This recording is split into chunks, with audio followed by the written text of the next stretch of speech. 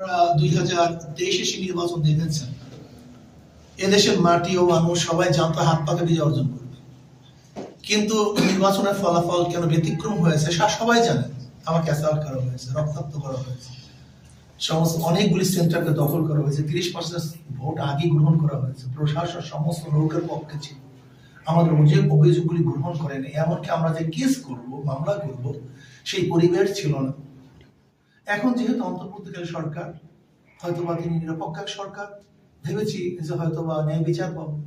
এই জন্য জনগণের চাপ, জনগণ আমাকে বারবার দেখছেন আপনার ফেসবুকে যে ঢাকায় ইশরাকের রায় হওয়ার পরে ফেসবুকে যেইভাবে ঝড় তুলছে, আমাকে বারবার আদেশ করছে, নির্দেশ করছে, অনুরোধ করছে, আমাদের সংগঠন বলছে, আমাদের আমি নির্দেশ দিয়েছেন যে ব্যাপারে উদ্যোগী হওয়া দরকার।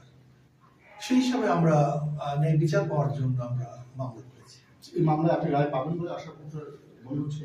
না, যদি একই এভিডেন্স হয়, যেরকম চিটাগাংয়ে যদি তার রায় পায় এবং ঢাকায় যদি রায় পায়, তাহলে যদি একই হয় তাহলে আমি পাবো না।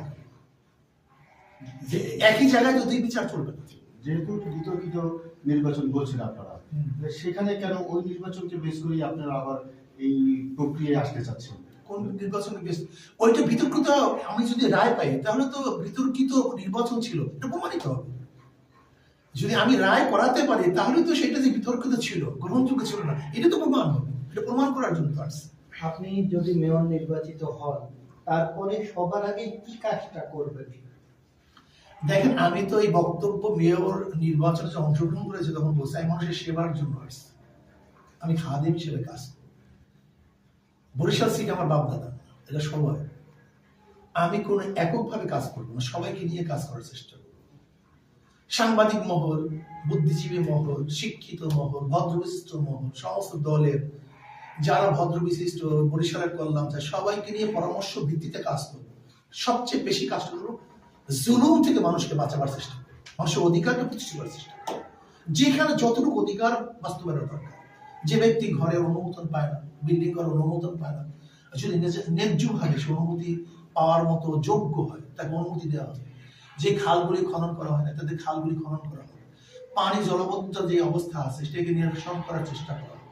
যে গরিব দুঃখী মেহনত মানুষ, বস্তি মানুষগুলি যে অবহেলিত অবস্থা আছে, তাদেরকে জীবনযাত্রার উন্নত করার চেষ্টা করবো। এগুলো আমি আগেই বলেছি, আমার কাজ হলে খাদ্য। যেহেতু মামলাটি দায়ের করেছেন, আমরা একটু সেই দিকে যাই। সেটি হচ্ছে তৎকালীন সময় যে নির্বাচন কমিশন ছিল তাদেরও কি বিবাদী করা হয়েছে কিনা, কিংবা তাদের ব্যাপারে কিছু বলবে কি? দেখেন, মামলা যাদেরকে বিবাদী করা যায় তাদেরকে বিবাদী করেছে, যাদেরকে বিবাদী করা যায় না আমরা তাদেরকে বিবাদী করবো কেন? হুজুর, একটা প্রশ্ন, যে নগরীতে তো চাঁদাবাজি হয় প্রকাশ্যে বা অন্তরালে, এদেরকে যদি আপনি নগর পিতা হিসেবে যদি রায় পেয়েই যান, কিভাবে নিয়ন্ত্রণ করবেন? সহজ, আমি তাদেরকে নিয়ে বসবো, সমস্ত চাঁদাবাজদের কি বসবো, তাদেরকে সুপথে আনার জন্য আমি তাদেরকে নসিহত করবো। যদি কেউ গরিব থাকে, একেবারে পেটের ক্ষুধায় কোনো কাজ করে, আমি তাদেরকে কাজের ব্যবস্থা করবো, তাই কর্মসংস্থানের ব্যবস্থা করবো। যত চোর ডাকাত আছে, কেন চুরি করতেছে, কেন ডাকাতি করতেছে, কিসের জন্য করতেছে? নৈতিকতার কারণে না, ক্ষুধার্তর কারণে। আমি এটাকে সম্পূর্ণ অবজারভেশন করে সুন্দর মতো চকাউট করি যে কোন কারণে কি কিছু করে। যদি কোনো ব্যক্তি ক্ষুধার কারণ, সেটা আমার দোষ। আমি নগরের দায়িত্ব নিয়ে আমি ক্ষুধার্ত ব্যক্তিদের কেন ক্ষুধা নিবারণ করতে পারতেছি না, এটা আমার দায়িত্ব। আর যদি তার আদর্শ এবং নৈতিকতাই হয় খারাপ, তো সেটা প্রশাসন দেখবে তাকে কি করা উচিত। আপনি সেকেন্ড পজিশনে ছিলেন, আপনি কেন মনে করছেন যে আপনি ফার্স্ট হয়েছিলেন? জনগণ বলছে, এটা জনগণের রায়। আমি নিজের চোখে দেখেছি, ভোটের যেখানে ভোট নিরপেক্ষ ভোট হয়েছে সেখানে অবস্থা আমরা দেখেছি। মানুষ তো আগেই বলতে পারে আসলে কি নির্বাচিত হবে কি হবে না। এখানে তো আমরা খোকন শ্রেণী, আপনি দেখেন জাহাঙ্গীর সাহেবের বক্তব্য শুনে আমি কেন বলবো?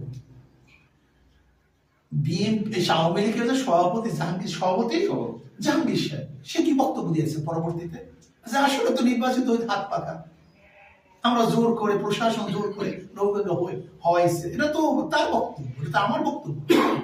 আপনি কি মনে করেন অন্যান্য যে দলগুলো আছে বা যাদের আপনি বিবাদী করেছেন, তারাও তো এখন অনেকেই মাঠে সক্রিয় আছে, রাজনীতিতে, তারা কতটা সহায়তা করবে আপনাকে, না তারাও আপনাকে? তো বিএনপি কি চাইবে বা মানবে আপনি এখানে নির্বাচন করতে? এখানে তো বিএনপির চাওয়া বা না চাওয়ার এটা আদালতের ব্যাপার। এখানে কে চাইলো বা না চাইলো এটা না না এটা আদালতের বিষয়। আমাদের সেইটা প্রশ্ন না, আপনি অন্যান্য দল থেকে কতটা সহযোগিতা পাবেন বলে আপনি মনে করেন? যারা ন্যায়ের পথে সত্যের পক্ষে তাদের সহায়তা অবশ্যই পাবো, যারা অন্যায়ের পথে তাদের সহায়তা পাবো না। অন্যায় করে সবসময় চোরতে চোরে চোরে চোর, চোর এবং ভালো কোনোদিন ঐক্য হতে পারে না, চোর এবং গৃহস্থ কোনোদিন ঐক্য হতে পারে না। আদালত কি দিল স্যার? না এখন পর্যন্ত আদেশ দেয়নি, রবিবার হয়তো আদেশ। কতটা আশাবাদী আপনি?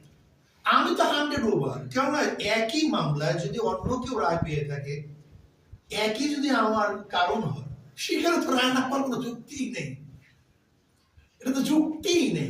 বিএনপির ইশরাককে আমরা দেখেছি, তিনি রায় পাওয়া সত্ত্বেও তিনি দলীয় সিদ্ধান্তের অপেক্ষায় ছিলেন। এক্ষেত্রে কি আপনি যে রায় পান তারপর প্রক্রিয়াটা আপনি দল সিদ্ধান্ত ঠিক, সেটা দল সিদ্ধান্ত।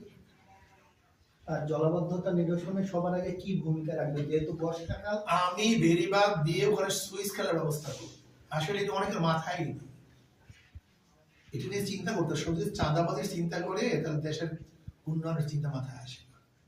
আমি গোটা বরিশালের একটা বেরিবাদ দেবো, সেখানে বিশাল পাম্পিং এর ব্যবস্থা করব।